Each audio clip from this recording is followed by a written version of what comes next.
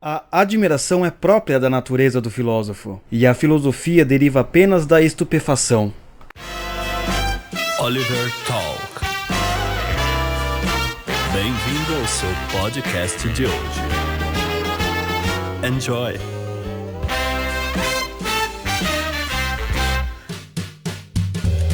Seja bem-vindo ao podcast Oliver Talk, o seu podcast que descomplica a cultura, e hoje nós continuaremos mais um episódio da nossa série Guia de Sobrevivência para Leituras, para você ler bem, com qualidade e conseguir aprender o que necessita num livro. E hoje nós iremos falar o que é filosofia e como ler. E para tal tarefa nós trouxemos aqui o nosso amigo André, já da casa, também é professor de filosofia, também teve um mestrado de filosofia e, quiçá, vai tirar o seu doutorado em filosofia. Tudo bem, André?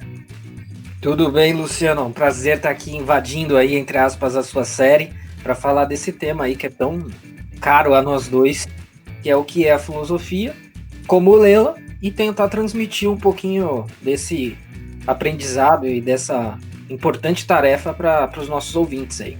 Você está percebendo que a nossa série aqui já tem vários episódios de como ler livros, né? Nós explicamos de algumas técnicas para ler livros de maneira geral. Agora nós estamos indo de pouquinho a pouquinho. Agora nós estamos indo por gênero, certo? Então, como ler livros de literatura, já falamos como ler livros de história, e agora nós iremos falar como ler livros de filosofia, né? As pessoas normalmente perguntam como ler livro de São Tomás de Aquino, como ler livro de Aristóteles, como ler livro de Platão. Então vamos lá, a gente vai também umas regras gerais aqui para você não se perder durante a leitura, certo? Mas antes, não se esqueça de visitar a loja do nosso queridíssimo amigo Romanini, a melhor loja de roupas do Brasil. Lá você vai encontrar roupa que você vai gostar, vai ter para sua esposa, para sua mulher, para seu filho, para seu amigo, para todo mundo. As melhores roupas do mercado brasileiro. E não se esqueça de seguir-nos nas redes sociais, certo? É só você digitar no Twitter, Facebook, Instagram ou no YouTube, Oliver Talk, certo? E já você pode curtir agora e compartilhar para nos ajudar, certo? Vai ser de uma maneira muito importante. Então vamos lá, André, vamos ao assunto, ao que interessa aqui para nós, a filosofia, né? A nossa tão deturpada, destruída, cuspida filosofia nos tempos modernos, não é? Eu quero começar aqui com uma sentença do nosso amigo Mortimer Adler, né? Ele vai dizer que a filosofia nasce com um espanto, que é, na verdade, uma afirmação de Aristóteles, né? O que seria esse espanto que as pessoas... Não, mas como que nasce um espanto, etc. Então, o nosso autor, ele vai dizer o seguinte, André, ele vai pedir assim, imagina uma criança faz uma série de perguntas para você. O que é amor? O que é a vida? Como é que as coisas funcionam? Por que as pessoas crescem? Por que eu não fico criança para sempre? Quando eu vou ser adulto? Por que eu posso fazer isso? Por que eu não posso fazer aquilo? O que é o bem? O que é o mal? Então é esse espanto quando a criança ela começa a fazer essas perguntas e quer as respostas, né? Então a filosofia ela também começa com isso, com esse espanto de querer saber como o mundo funciona e como ele acontece. Essa é uma coisa muito interessante. Mas, diferente dos filósofos, muitas vezes também, quando somos crianças, o espanto diminui. Já viu isso, André? Você tá lá, o seu filho, o seu sobrinho, ou qualquer outra pessoa que você vê lá, estão perguntando, né? Aquelas perguntas. Não sei se você já assistiu o Castelo Rá-Tim-Bum, e o Zequinha tá fazendo uma série de perguntas e o pessoal fala assim, por que sim, Zequinha? O que você está fazendo? Você está diminuindo o espanto da criança, a sua vontade de ter curiosidade. Ele vai aprender que o mundo é assim, porque assim ele não vai querer mais descobrir as coisas. Mas os filósofos, eles vão além. Eles não aceitam respostas do porquê sim. Eles querem descobrir como é que funciona o mundo. Certo, André? Certíssimo, meu caro. Os filósofos são os caras chatos, os caras pentelhos, né? Que, aliás, encontra um arquétipo perfeito em Sócrates, né? Sócrates era a criança eterna, no bom sentido, né? No sentido que você descreveu aí, que ficava pentelhando pelas ruas de Atenas, perguntando, mas o que é tal coisa? Não vamos antecipar aqui, não vamos queimar largada, mas perguntando, o que é tal coisa? O que é tal coisa? Aí as pessoas davam aquela resposta imediata, aquela resposta socialmente aceita, aquela resposta que todo mundo sabia, e aí o Sócrates, claro, pentelho, ia lá e falava, né? Não, mas isso não pode ser por causa disso, disso e disso. Ah, caramba, não é que é verdade? E aí ficava aquele climão, o paralelo com a criança que questiona é quase perfeito, né? Porque a criança questiona, aí dependendo do pai ou da pessoa que ela está perguntando, pode ser que ocorra uma tentativa de explicação, ou pode ser assim, não, é porque sim, como você falou, né? Ou alguma outra explicação provisória que a própria criança vai falar, não, mas isso faz sentido, porque eu vi outra coisa em tal lugar, por exemplo, né? E aí é aquela hora que vai falar, não, fica, moleque, deixa o saco, fica quieto, vai, para com isso. Mas eu queria fazer até uma digressão rápida aqui, né? O Aristóteles, ele fala lá na Metafísica, de fato, né? Que a filosofia começa pelo espanto. Eu gosto de traduzir isso no seguinte sentido: a filosofia, ela mostra que coisas que parecem trivialidades, não são trivialidades, né? Então, aquilo que você acha que simplesmente está, é assim mesmo, porque é natural que seja, porque está escrito nas estrelas, porque e acabou. A filosofia vem para mostrar que coisas que parecem triviais não são, ou que talvez sequer existam coisas triviais. E eu sempre conto uma historinha para ilustrar isso, que eu fiz. Aqui vai ficar muito contextualizado para quem é de São Paulo, mas quem não for vai entender também o exemplo. Enquanto eu estava, e olha só, como um aluno de filosofia, né, como um aluno do curso de filosofia, eu me deslocava de onde eu estou até o metrô Bresser-Moca, da linha vermelha de São Paulo. E eu passava ali, portanto, diariamente, né, de segunda a sexta, eu passava por ali para me deslocar até a Universidade de São Judas, onde eu fiz a minha graduação. E o metrô Bresser, ele é um metrô um pouco diferente dos outros, de alguns outros, né, da cidade. Ele tem um jardim, tem um baita jardim, assim, na sua parte externa, né? E eu demorei, só depois de um ano e meio que eu estava no curso, mesmo passando ali todo dia, que eu fui reparar que ali tinha um jardim, que era um jardim bem cuidado, era um jardim bonito. E quando isso aconteceu, eu me espantei. Falei, caramba, aqui tem um baita jardim, eu passei aqui todo dia, não vi, não reparei, deveria ter visto e ter reparado, porque é legal, né? Tava chovendo, ficava verdinho, bonito, etc. Mas mesmo eu, né, no meu ritmo, na minha rotina de vida, acabei não reparando. E quando reparei, me espantei, né? Então a gente tá muito nesse ritmo automático de achar que tudo é como é mesmo, não se espantar. Depois a gente pode até evoluir para exemplos mais sociais disso, pensando em São Paulo, né? A gente liga a TV nos noticiários da tarde, pai matou a mulher, filho matou pai, a gente vê aquelas notícias cabeludíssimas e você tá lá jantando, tomando café, lavando a louça e com o ouvido ali na notícia do pai que estrangulou a filha depois que estuprou, e você meio que ignora, você não se espanta mais com isso, né? Então esse espírito que dá, é a faísca primeira aí, é uma fagulha essencial para os interesses filosóficos e que proporcionam a filosofia. A gente está muito fora, né, dessa curva.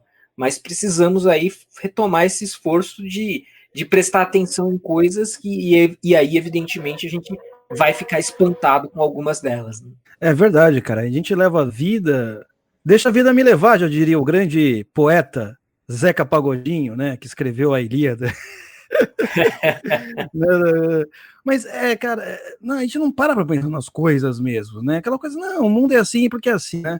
Por exemplo, o ouvinte agora deve estar nos ouvindo em algum aplicativo de podcast, e, só de você pensar, como é que é possível uma coisa dessa, né? A gente faz a gravação aqui e de repente joga num servidor que espalha para todo mundo. A gente não medita o quão foi necessário o esforço civilizacional para a gente chegar onde nós chegamos. É o velho exemplo do iPhone, né? Hoje as pessoas acham que não, o iPhone simplesmente dá em árvore. Agora, se você imagina o quanto de conhecimento, de técnica, de ciência foi necessário para construir esse tipo de periférico, né? Eu gosto muito do exemplo do Milton Friedman. Milton Friedman, ele pega o lápis, né? Pega esse lápis aqui, você vai ver que o lápis, o grafite, ele veio da Tailândia, a tinta que está no lápis veio da Índia, esse acabamento aqui da borracha veio da Inglaterra, mas a árvore que está na Inglaterra não é da Inglaterra, foi plantada de outro país. Eu sei que não é exatamente isso que ele fala, mas o que ele está querendo dizer, olha o esforço que você vai ter de pessoas de países diferentes, com línguas diferentes, religiões diferentes, que acreditam em coisas totalmente distintas, para construir um lápis que está agora na minha mão e eu estou escrevendo. E aí a gente usa esse lápis aqui sem espanto algum. Não, isso aqui eu compro lá por 50 centavos, um valor assim, nem sei qual que é esse valor. E isso é uma coisa muito interessante, porque o Adler vai colocar o seguinte, que esse espanto, ele vai diminuindo de acordo com a nossa vida, porque nós não somos incentivados, né? Ninguém quer ter um Sócrates em casa enchendo o saco, que nem o André acabou de falar aí. Pô, esse moleque enche o saco, fica me perguntando de tudo e eu não sei responder, então vou mandar ele, sei lá, porque sim, fica quieto. E ele ainda vai falar também, André, que a escola também tem um pouco disso. Ele fala assim, a escola, muitas vezes, ela faz com que você aprenda coisas, decore. O problema em si não é decorar, mas você decorar sem saber por qual motivo você tem que decorar, sem saber para que serve, por exemplo, André, uma equação do segundo grau. Você vai mudar 99% das pessoas, para que serve a equação do segundo grau? O cara não sabe, o cara só gravou para sair logo da escola, não é? Não, perfeito. As pessoas, o movimento que vai acontecendo vai se torna coisas que não são triviais em trivialidades, né? E aí é um movimento crescente aí ao longo da vida. A criança ela não obtém as respostas e ela vai para a escola, como você falou, e outras questões da vida vão aparecendo no decorrer do tempo, e aí vai trivializando coisas que não são triviais, vai se naturalizando coisas que não são naturais, né? Para pegar a metáfora da naturalização da sociologia, né? Então tem um monte de coisa que não é normal, não é natural, ou pelo menos assim, implica em questionamentos maiores do que a gente imagina. Mas a gente entra nessa lógica, entra nesse ritmo, nessa rotina e não larga mais. E uma questão correlata a isso, que veio na minha cabeça aqui enquanto você falava, não é exatamente a mesma coisa, mas é uma questão correlata, como eu disse, porque a gente tem, então, todo um background por trás de basicamente tudo que nos rodeia, e a gente tem uma expressão em inglês que ela é meio intraduzível, assim, pelo menos eu não acho uma tradução adequada para o português, que é o take for granted, né? A gente acha que está dado coisas que, na verdade, elas têm um histórico civilizacional, como você disse, muito grande, que não pode e não deveria ser ignorado. Então, para você ter um iPhone hoje na sua mão, com um aplicativo catalisador de podcasts para nos ouvir, isso é um passo civilizacional gigantesco, que não pode ou não deveria ser naturalizado, ser cristalizado como... Isso não é natural, isso não dá em árvore, como você disse, né? Tem um processo por trás aí muito grande, mas a geração, ela é uma geração, o quê? Que ignora isso completamente, isso leva a uma série de consequências políticas e sociais, inclusive o vitimismo, inclusive os tipinhos revolucionários, e tem um vídeo, pelo menos esse, eu não assisti todos e tal, mas tem um vídeo do nosso querido Clóvis de Barros, popularmente chamado de Clóvis de Burros, né? Mas é a única coisa dele que eu já vi que presta, que é o vídeo dele sobre Bril, em que ele fala lá o seguinte, hoje em dia você pede para o sujeito aplicar o teorema de Pitágoras, e o cara não consegue. O Pitágoras teve que inventar isso aí, e você não consegue entender e aplicar, né? Então, veja, não é a mesma questão, mas é uma questão correlata. Então, assim, tá tudo muito took for granted, né? Você acha que não, tá tudo dado mesmo, eu tenho direito a tudo, eu tenho direito a um iPhone com uma internet rápida e aplicativos de podcast para ouvir isso daqui, porque isso é normal, isso é natural. E também eu vou para a faculdade. Outro dia teve um tweet, né, de uma menina que, não, a professora pediu para a gente ler textos em espanhol na universidade, isso é um absurdo, isso é o fim do mundo.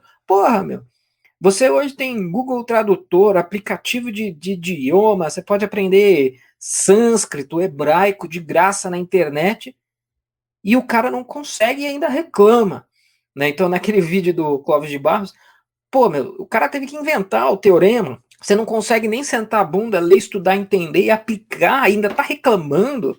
Então, eu acho que é o mesmo, no fundo, é o mesmo espírito aí do problema, né? Sim, sim. E tem uma coisa muito interessante, né? Lá no Teatro das Ideias, a gente tá lendo uma República de Platão, não é?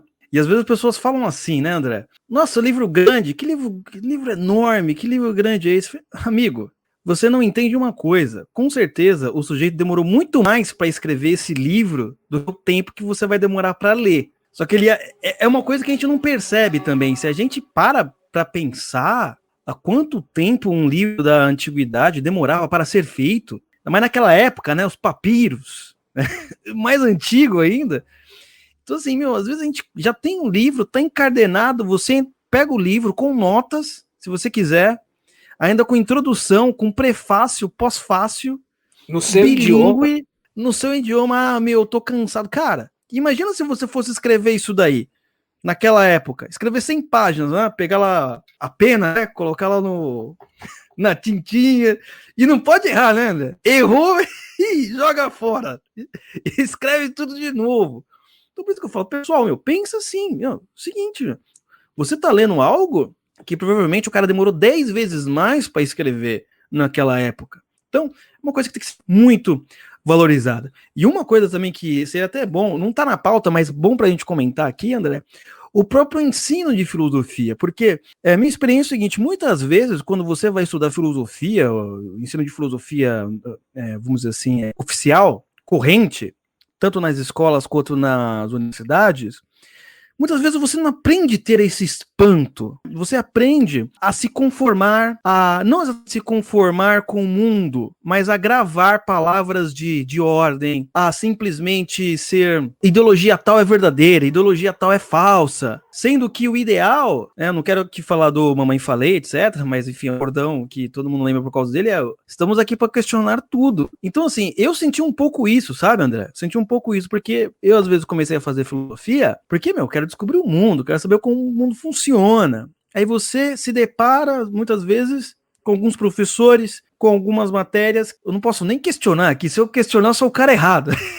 Você tem que engolir e acabou. Então, às vezes, no próprio ensino de filosofia, você perde, digo ensino de filosofia oficial, né, no Brasil, não com os grandes filósofos, etc. Você perde esse espanto com o mundo. O André até tem até um pouco mais experiência do que eu, não sei se você pode contribuir com alguma coisa. O pessoal do pensamento crítico, que a gente bate neles em outras ocasiões e por outros motivos, mas esse é um bom mote para se analisar. O cara acha que ele está sendo super revolucionário, super fora da curva, super assim diferentão, porque ele ensina supostamente pensamento crítico, só que ensinaram isso para ele na escola, ele aprendeu isso na faculdade, agora ele está replicando isso como professor. Será que não pinta? Justamente esse é o sujeito que falta espanto, né? Será que ele não se espanta? Caramba, eu ouço isso há anos, agora eu tô aqui supostamente replicando isso. Pô, será que ele não se espanta? Pô, caramba, será que isso é tão fora da curva assim? Ou será que isso é, na verdade, algo super mainstream, algo super normalizado, super naturalizado, que justamente o espanto deveria remar contra, né? Então, o ensino de filosofia e de outras disciplinas também, né? Mas o ensino de filosofia tem muito disso. O sujeito, ele acha que está sendo diferentão, né? Ele acha que é o novo Sócrates, é o Sócrates 2.0, né? Mas, na verdade, ele não passa de um sofista que está replicando o discurso oficial. Só que ele não tem capacidade de perceber e de se espantar que esse discurso pseudo-revolucionário dele, na verdade, é o discurso oficial. Então, a posição é que nem aquela tecla que o Paul Joseph Watson bate o tempo todo, né? O conservadorismo virou o novo punk. Pegando só uma metáfora, a gente não está falando nada de política aqui, mas só para pegar essa mesma metáfora, né? Aquilo que parece o menos fora da curva, o menos punk, o menos oficial possível, na verdade é o oficial, e o conservadorismo, que supostamente seria o status quo, a versão oficial de tudo, é o excêntrico, é o novo punk, né, na imagem dele, na metáfora dele. E no ensino da filosofia tem a mesma coisa. Os caras estão repetindo, estão lá fazendo uma leitura revolucionária do mito da caverna, E só que isso daí está sendo feito já há um tempão, e o cara não tem espanto, né? Ele repete isso ad nauseam e não se espanta. Então, óbvio, se ele não se espanta, ele cristaliza como natural algo que não é, né, natural. Exatamente, pô, eu tenho aquela velha história que eu sempre conto, quer dizer, quase nunca conto, mas quando eu tava na filosofia, ali na época das manifestações contra a Dilma, né, 2013, você sabe, a galera de humanas, vamos lá, tal, não sei o quê, e eu falei, cara, eu não vou, porque eu tô aqui na filosofia pra aprender, eu nem sei como é que funciona manifestações, não sei nem o que tá acontecendo, pra mim não faço a mínima ideia, entendeu? Eu ainda não sei, deixa eu aprender como é que funciona, eu tô aqui pra aprender como funciona o mundo. Tô aqui já começar a agir. E a galera ficou super revoltada. Falei, não, mas não é possível, você tem que ir, porque é o Brasil que tá em jogo. Eu falei, mas como assim? Nós não estamos aqui justamente para aprender, para ver como é que funciona, não para seguir de manada. E qual foi a resposta que eu obtive, André? Me xingaram de conservador. Eu, naquela época, já sabia tal, mas nem me identificava como isso. Eu falei, como assim? Quer dizer, então, que você simplesmente ficaram com dúvida se algo é certo ou errado, querer estudar é ser conservador. No final, depois de várias tentativas, o pessoal me enchendo o saco, eu acabei indo. Só que eu trolei os caras, né?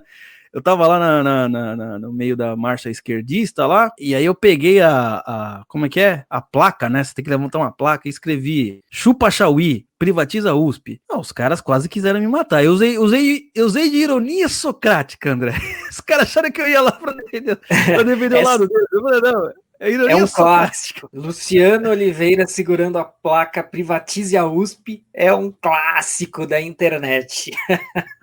É o clássico da internet. Mas isso justamente aconteceu porque eu fiquei revoltado. Porque como assim uma pessoa não pode simplesmente sentar, estudar e ver se o negócio é certo ou errado? Gerar dúvida. Mas espera aí, ainda não tenho resposta pra isso, sabe? Pô, será que você não tem direito à dúvida? Não é que todo mundo fala? Não, você tem que questionar, você tem que duvidar.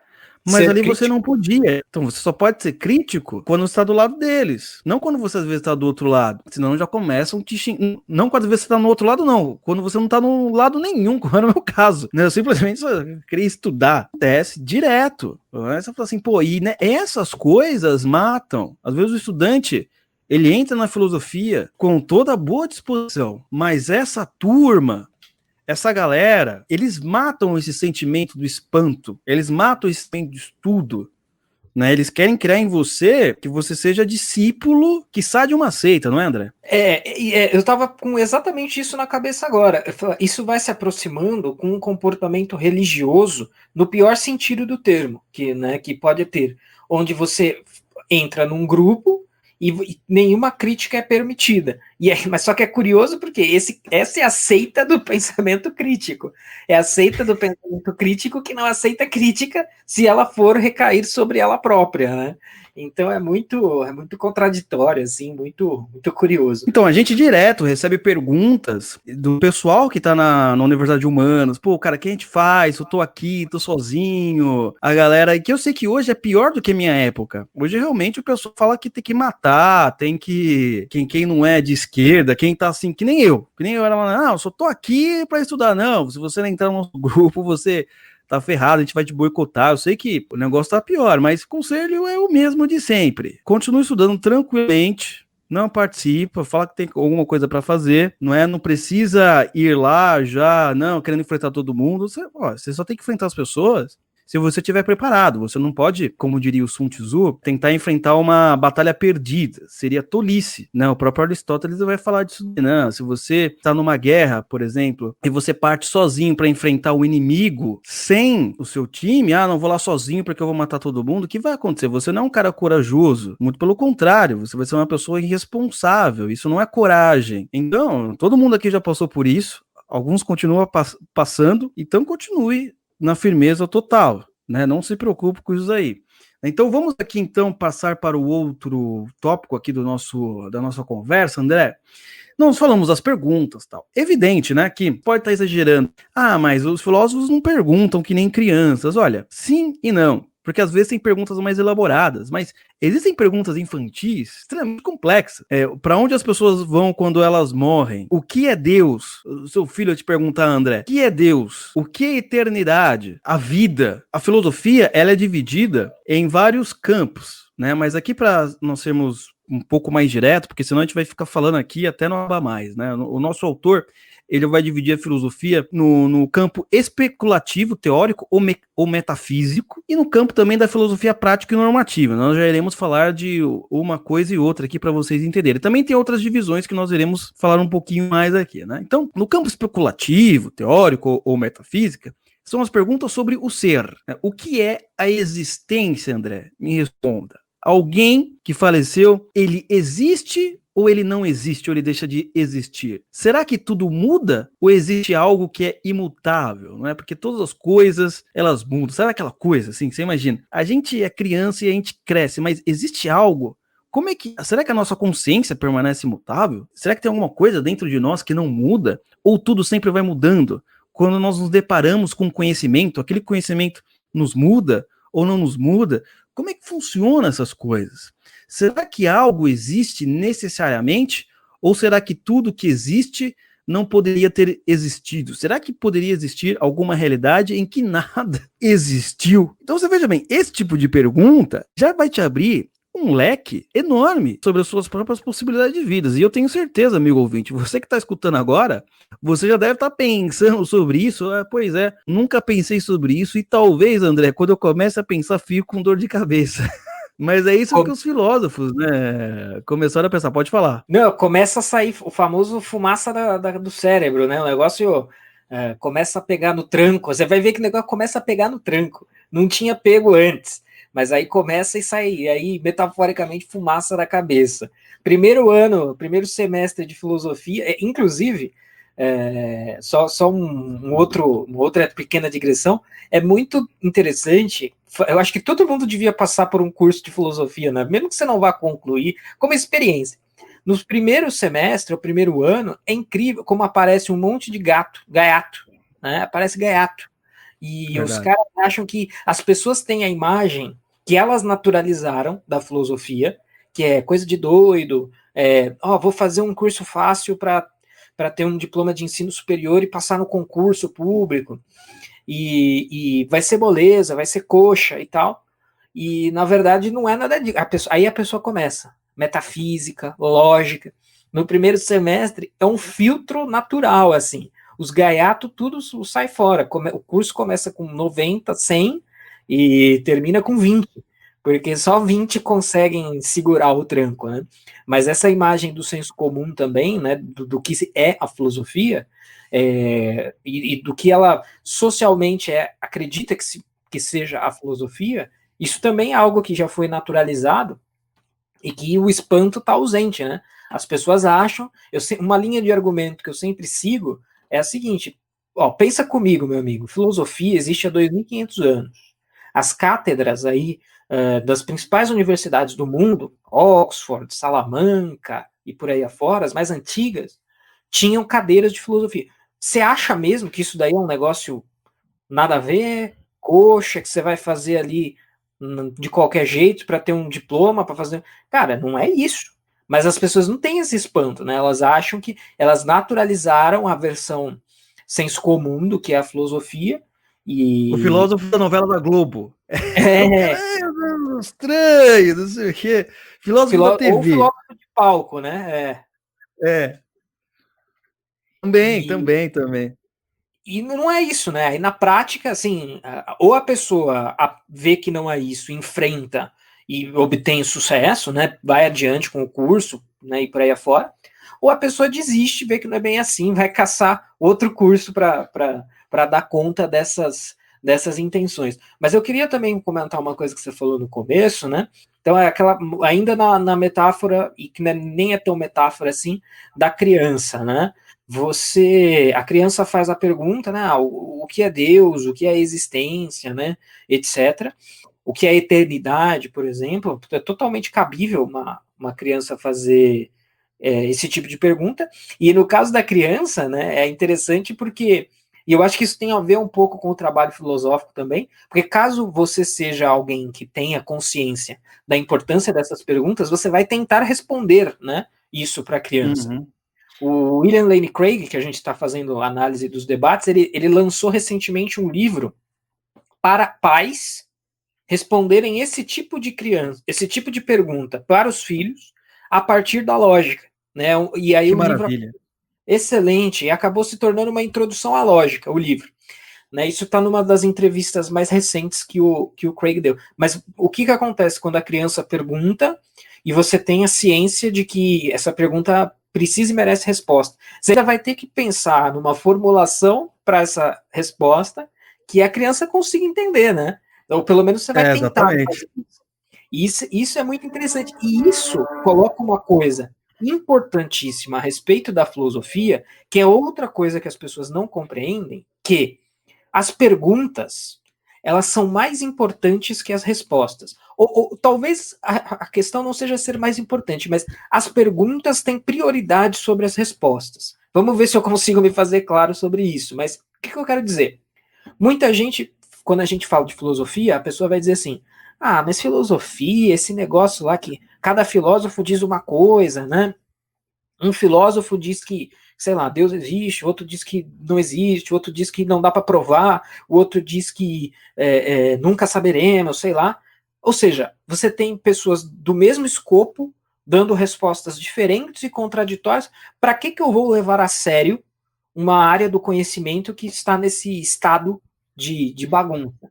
Mas isso revela uma incompreensão das pessoas sobre a filosofia, né? Então a filosofia ela também trabalha com perguntas. Claro que isso é uma incompreensão, primeiro porque existem sim perguntas respondidas plenamente e perfeitamente. Mas existem de fato outras perguntas que são perenes, né?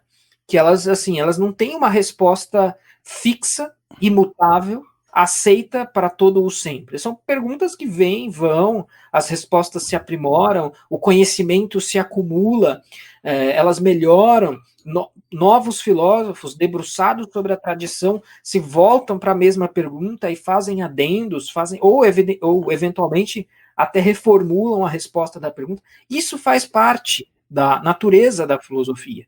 Né? Então isso não é um problema.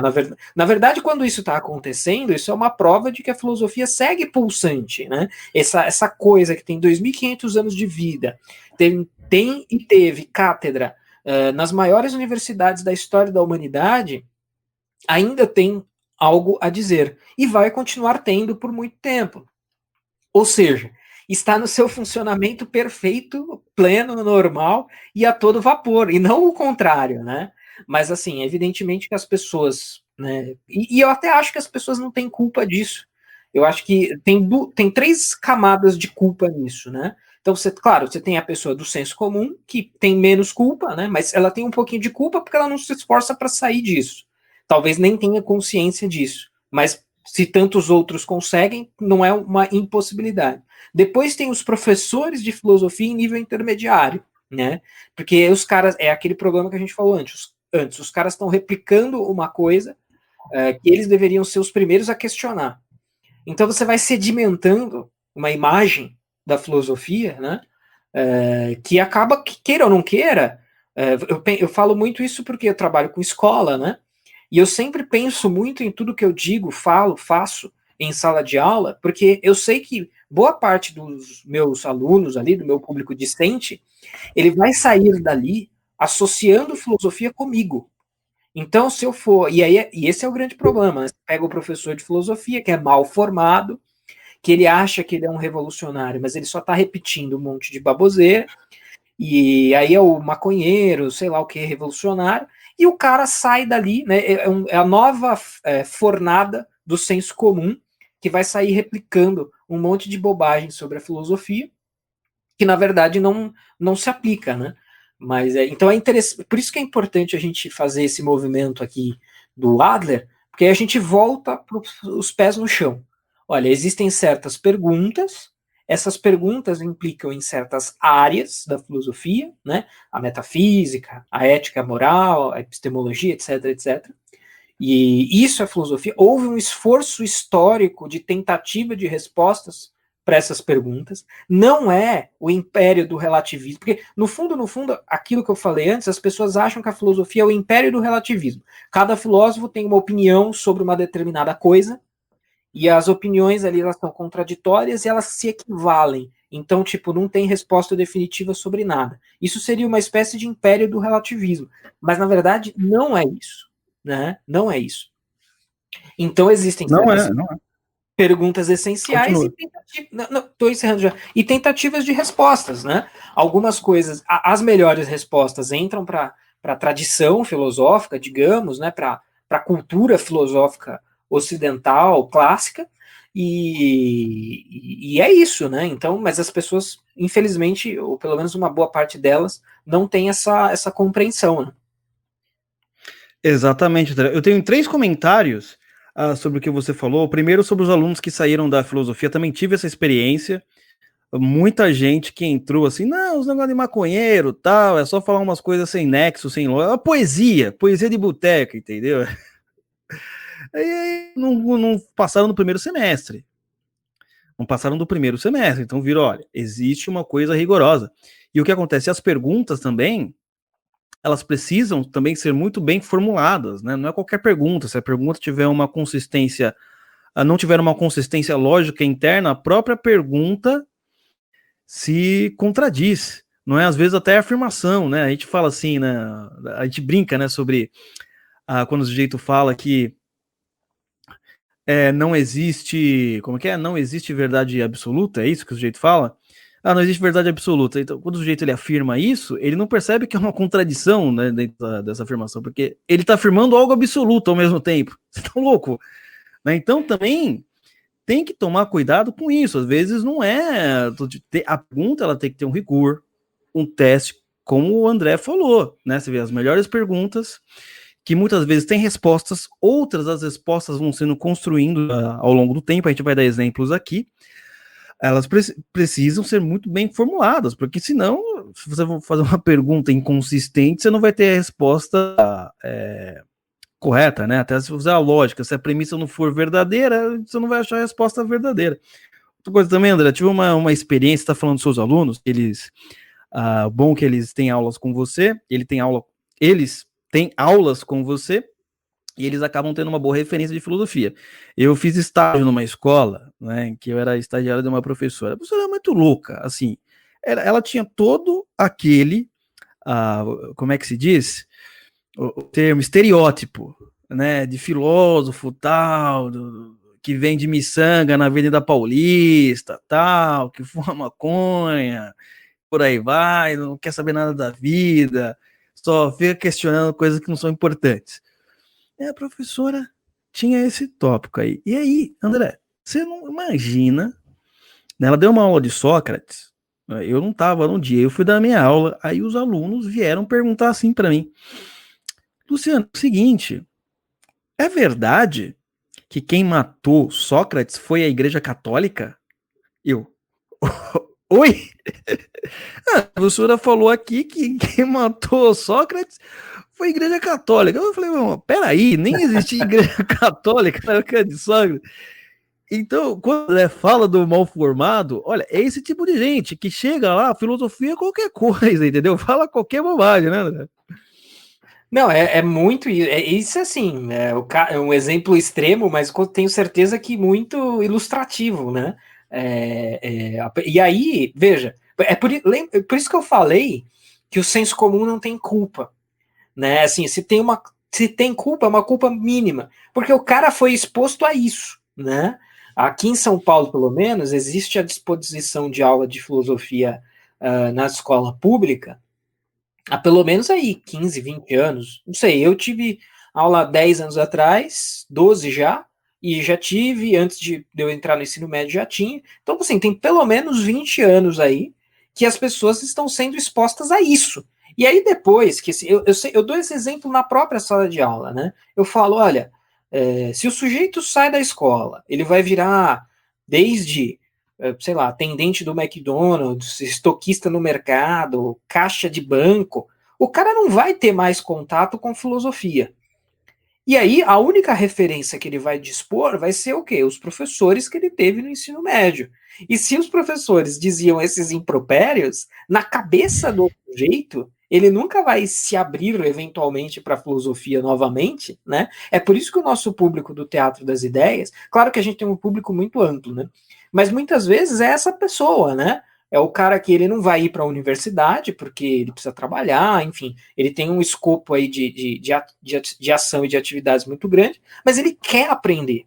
Então ele já sabe que filosofia não é essa traquinagem aí e tudo mais. Mas a grande maioria das pessoas tem essa imagem, né, na cabeça delas, porque elas foram expostas a esse tipo de coisa. Quem pode culpá-las? Eu não estico o dedo e falo, ó, você é burro, quer dizer, até é uma limitação da inteligência, mas assim, que culpa essa pessoa tem por essa limitação, né? Se ela teve supostamente uma confirmação prática, carnal, né, na frente, sem trocadilho aí, carnal na frente dela, que era o professor de filosofia falando um monte de abobrinha. Então, na cabeça dela, a filosofia é aquilo que aquela pessoa encarnava, né? Exatamente, exatamente. Isso também acontece com outras áreas, né? A artes, muitas vezes, né? É você só fazer qualquer tipo de rabisco, não tem técnica nenhuma, sociologia.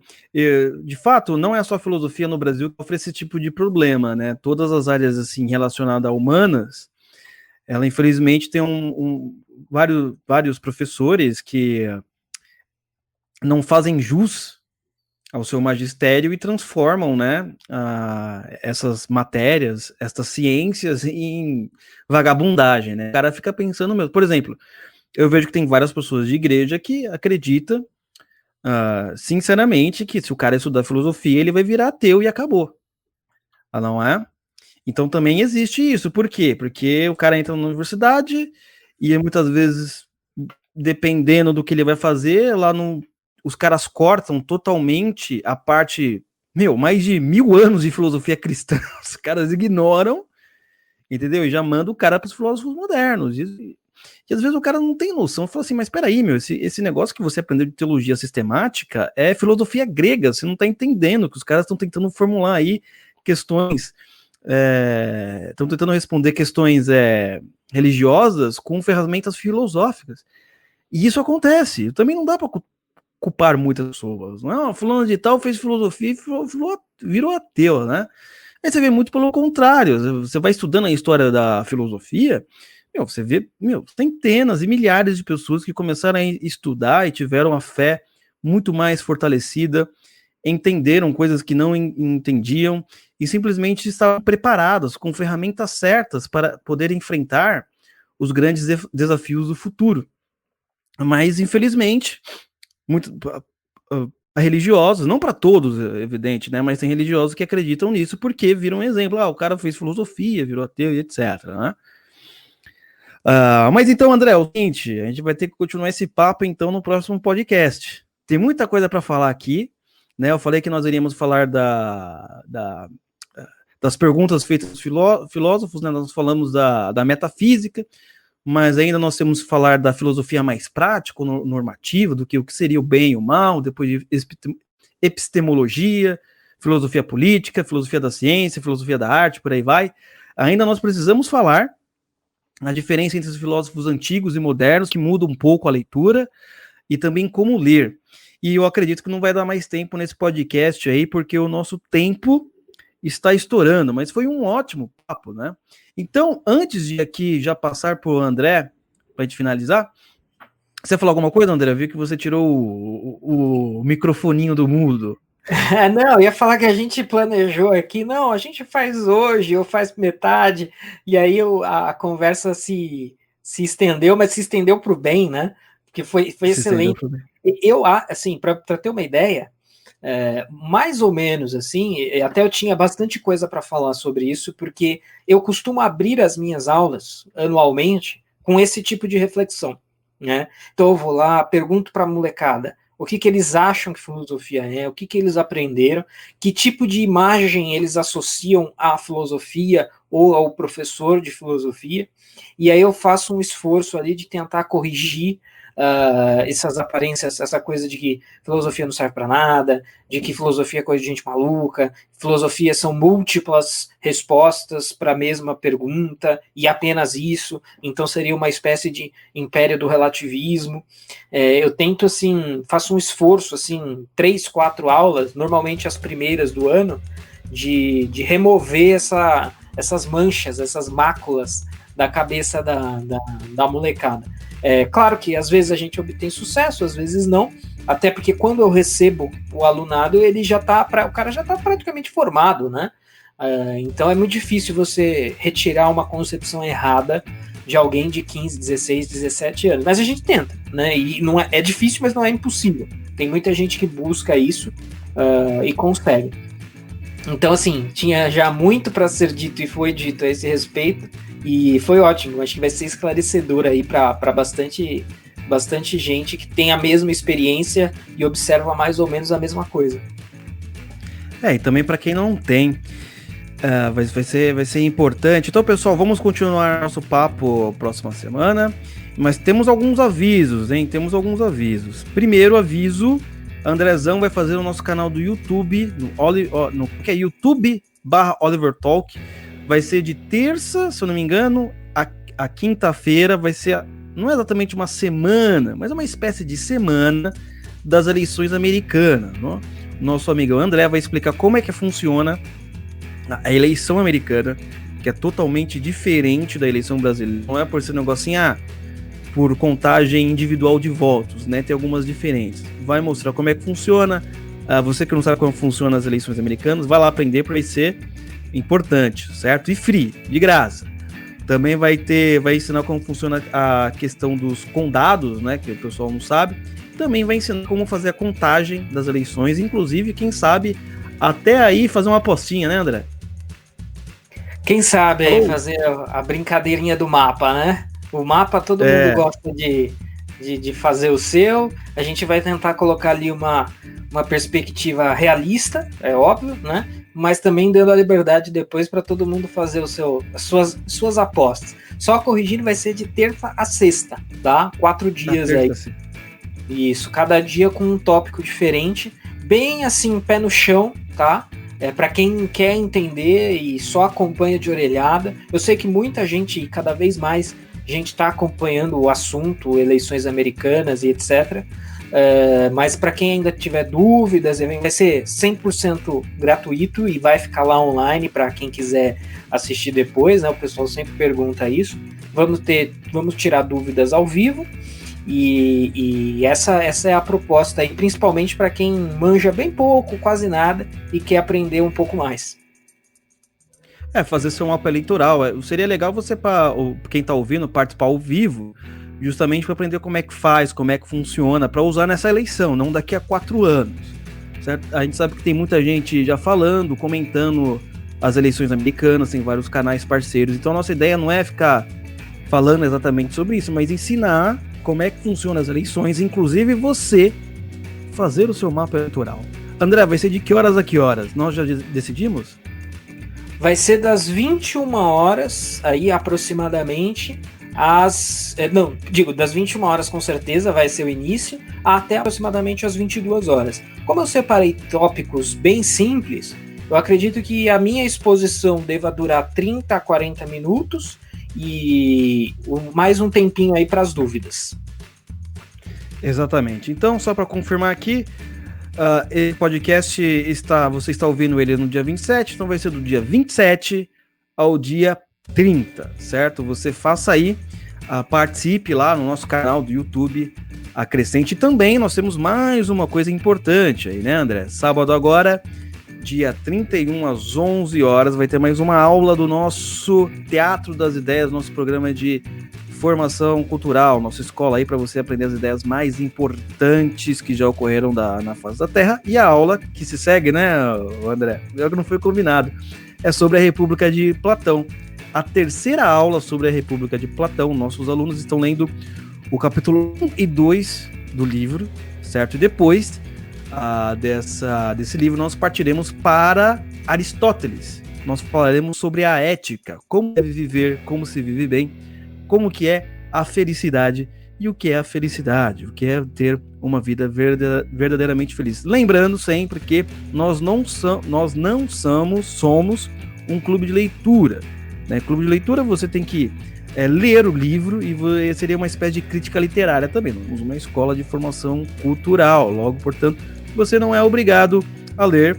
No entanto, Se você não ler, você vai aprender bem. Se você ler, você vai aprender muito mais, tá? Por isso que nós fazemos de cada 15 dias para você ter oportunidade de fazer a leitura, e por isso que nós estamos fazendo essa série aqui também, você ler com mais produtividade, certo? Então, por exemplo, por isso que nós só leremos o capítulo 1 e 2 nessa temporada da República de Platão, que vai fazer total sentido com o capítulo 1 da Ética de Aristóteles. Nós estamos seguindo um programa do Mortimer Adler para ter um nível de cultura internacional. Não é ser um beletrista, sabe? Esse programa também que a gente fez é muito baseado nas ideias do nosso, que Deus o tenha, Munir Nasser. André estava inclusive vendo uma aula dele e, de novo, eu sempre vejo as aulas dele, é uma inspiração. Posso ver a mesma aula 5 vezes e aprendo alguma coisa diferente, né? Na última que eu vi, ele tá falando que você adquirir cultura não é ser um beletrista. Né? O que é ser um beletrista? É o sujeito que sabe o que o autor fez, sabe da vida do autor, sabe quais livros o autor escreveu, tem uma biblioteca gigante em casa, tem milhares de livros. Não, isso não é ter cultura. Não é ter cultura num padrão internacional, como ele propõe, e nós estamos propondo aqui, né? Já que ele faleceu. O que ele vai falar é o seguinte, né? Antigamente, né? Você imagina, André, responde uma pergunta. Quantos livros Sócrates tinha na biblioteca dele? Nenhum, né? Provavelmente qualquer brasileiro aqui deve ter mais livros na sua biblioteca do que Aristóteles, do que Sócrates, por exemplo. Não é? Então não é isso, não é você ser beletrista, ter milhares de livros, acumular informação, mas não saber relacionar. Cultura é quando você simplesmente consegue ver através dos grandes clássicos, através dos grandes escritores, através dos grandes personagens, através das grandes ideias, e fazer uma correlação direta com a sua vida. Através daquela ficção que foi escrita, perceber, nossa, isso faz sentido, porque de certa forma isso acontece com as pessoas, e agora eu consigo ter uma visão maior, ampliar maior os meus horizontes imaginativos, certo? Então, tem melhor pessoa para você aprender o que é ser feliz, o que é felicidade, do que é Aristóteles? Deve ter, mas ele foi um dos primeiros a comentar sobre isso e formulou direitinho. Aí você vai, o que é felicidade, o que é amor? Então, muito importante, tá, pessoal? Então, o link aí para vocês escrever está na descrição. Mais barato do que um cafezinho por dia. E é isso aí, André. Muito obrigado aí pela sua participação. Acho que já dei todos os avisos. Iremos continuar então na próxima semana, tá? Nós iremos então falar na próxima semana sobre a filosofia normativa, sobre a tradição, sobre filosofia moderna de tradição, qual a diferença da filosofia, o método filosófico, quais são os métodos que os filósofos usam para pesquisar, para achar as suas respostas, o estilo filosófico, porque isso também, né, André, que nós estamos falando agora. Nós lemos, o pessoal está lendo Platão, e o Platão escreve em diálogo, só tem vários tipos de estilos aí. E também como ler livros de filosofia, né? Eu espero que nós venhamos conseguir terminar no próximo episódio. Talvez não, mas nós temos que falar ainda mais sobre tudo isso. Certo, André? Obrigado aí pela sua participação, meu querido.